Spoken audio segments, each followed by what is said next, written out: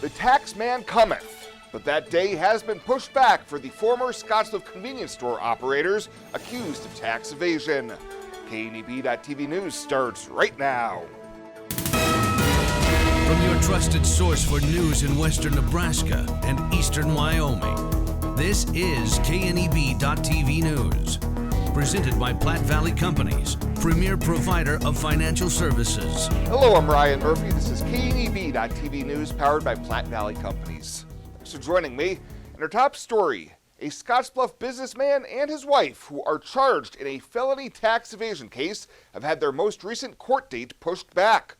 Kuldip and Carol Singh, the former operators of Chima's Liquor, were charged following a Department of Revenue review that followed a State Patrol alcohol bootlegging investigation.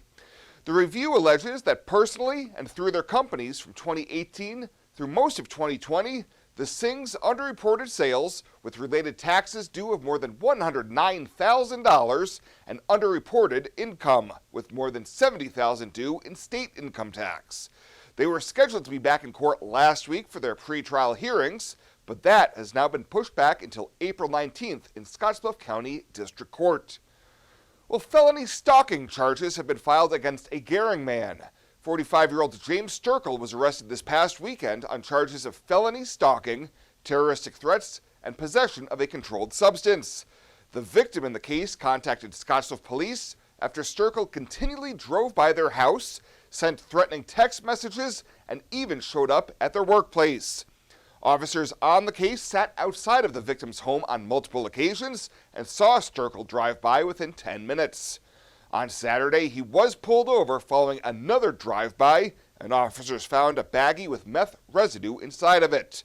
Bond was set at $250,000 at 10%, and he was arraigned on the charges Wednesday in Scottsbluff County Court. And a Scottsbluff woman who was arrested in October following a 2020 Wing Drug Task Force investigation will not be standing trial on drug distribution charges. 43-year-old Jenny Shaw was taken into custody last fall after a December 2020 Wing investigation where she allegedly sold meth to a CI twice in one day. She was facing charges of distribution of an exceptionally hazardous drug, but last week in district court pleaded those down to attempted distribution charges. Shaw could face prison sentences ranging from 0 to 20 years when she's back in court on April 13th. We'll have more news right after this. Swipe right, swipe left, endlessly searching. Finding the perfect match isn't always perfect, but it can be when it comes to finances. Nora found the perfect business loan. Jenny opened her first savings account. Grammy loves her checking account. We found a match for Wilson Farms. The Sandersons were matched with a mortgage. Regardless of your financial situation, Platte Valley Bank will match you with the perfect solution. Find your match at Platte Valley Bank. Winter is here, and at Renewal by Andersen, we've gotten used to these words from our clients. Wow, our house is so much warmer with our new windows from Renewal by Andersen. There is no place like home. A warm, comfortable home on a bitter winter night. And Renewal by Andersen's windows installed by our certified professionals can significantly reduce your heating bills, make your home secure, wonderfully warm, and welcoming. Scan that QR code, visit RBAWyoming.com now. Warm up at home with Renewal by Andersen this winter. RBAWyoming.com.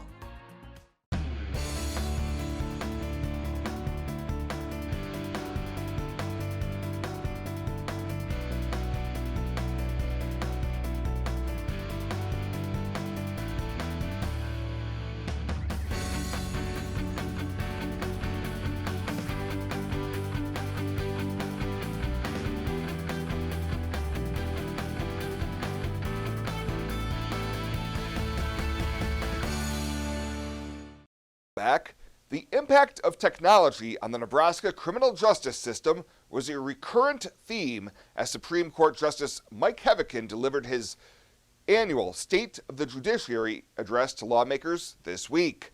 Heavican said during and coming out of the pandemic, the probation system led the way by leveraging technology to meet their mission despite restrictions and a staffing shortage. Because of the efficient and economical management of both adult and juvenile probation, the Nebraska Supreme Court has returned over $35 million to the State General Fund in the last 2 bienniums.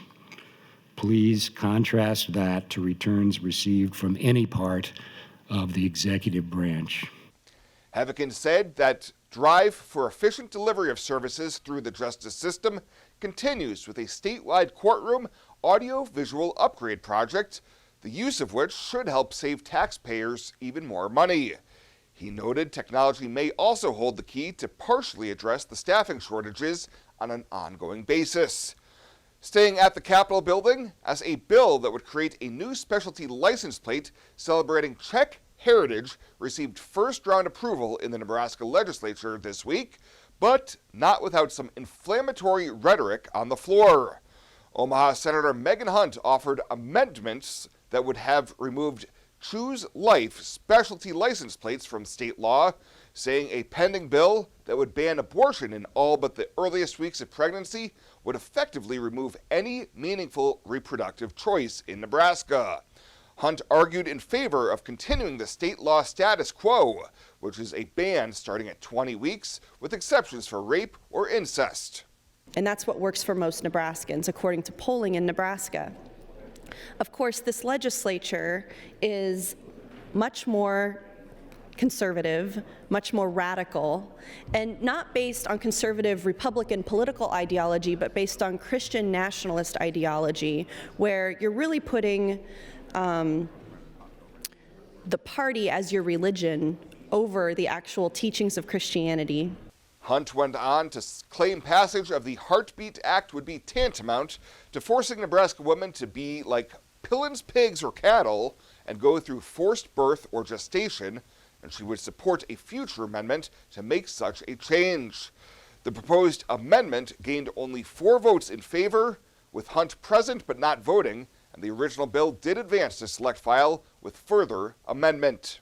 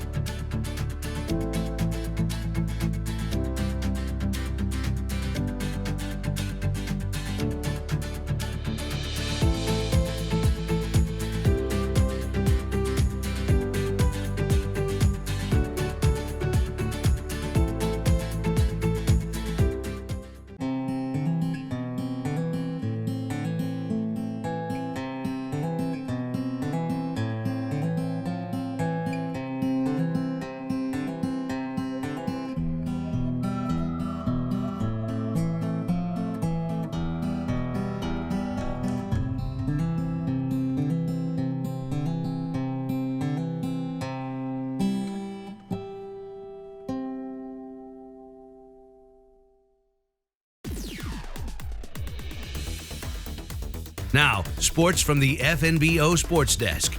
FNBO, the great big small bank. It's basketball front and center for the next few days here at the Rural Radio Network. The flurry of action starts tonight with the boys B8 Sub-District Championship game with Scottsbluff hosting Gering. Now, this same matchup took place last Friday night with Scottsbluff running through the Bulldogs. The final was 77-40. That result evened up the season series at 1 game apiece. The Bulldogs won at home earlier in the year by 10. Both head coaches ready for tonight. Here's Gering's Rick Winkler on needing a good first couple of minutes to help settle in. Yeah, that's what we talked about the last, probably last 5 or 6 games. There's times where we started off really slow. So I think our deal is to start off fast, whether it's bucket for bucket or we start off and then get them in a row. It's very important in this one just because of what happened last time. We'll see if Gering can ramp up the pressure defensively a little bit with that zone defense for Scottsbluff. And head coach Scott Golian, he says it's about toughness on a certain end of the floor tonight. I think it comes down to our mentality on the defensive end. I think that's where the key was last time, and I think if we can fly around and defend and make stuff hard on them, we have a really good chance to win the game. B8 Sub-District Final for the boys tonight. The Cats and Dogs back under the same roof. The place was electric last Friday night. Then district finals are coming up Friday and Saturday for a few girls teams here in the region. Tomorrow night it's Bridgeport playing Douglas County West out of the Omaha area. That'll be in Kearney with a trip to the state tournament on the line. Saturday in Class B, Scottsbluff hosting South Sioux City, while Sidney gets Alliance at home. We'll have the Scottsbluff game here on our KNEB.TV platforms plus radio on the trail. 12:45. It's a 1 o'clock start Saturday as Scottsbluff wants to pack for Lincoln. And look outside. Yeah, there's going to be no home baseball for the Cougars this weekend. Their games with Miles Community College have been canceled due to the snowy weather. There will be, however, WNCC home basketball. It'll be warm at Cougar Palace on Saturday with both teams finishing out their regular season at home against NJC. That is the latest today from right here at the FNBO Sports Desk. I'm Chris Cottrell.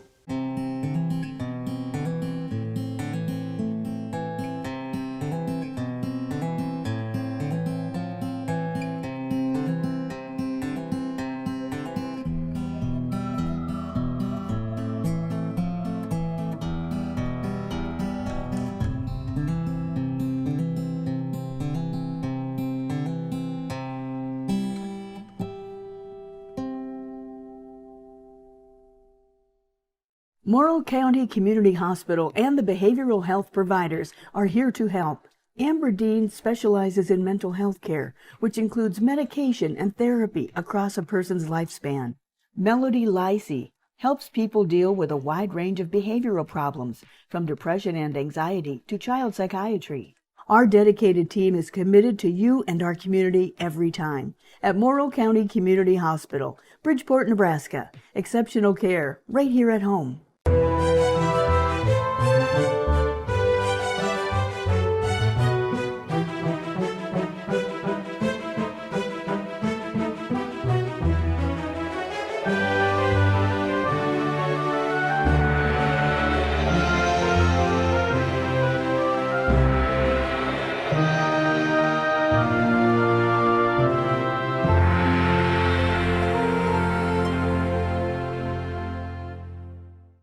Well, let's take a look what's happening on today's community calendar.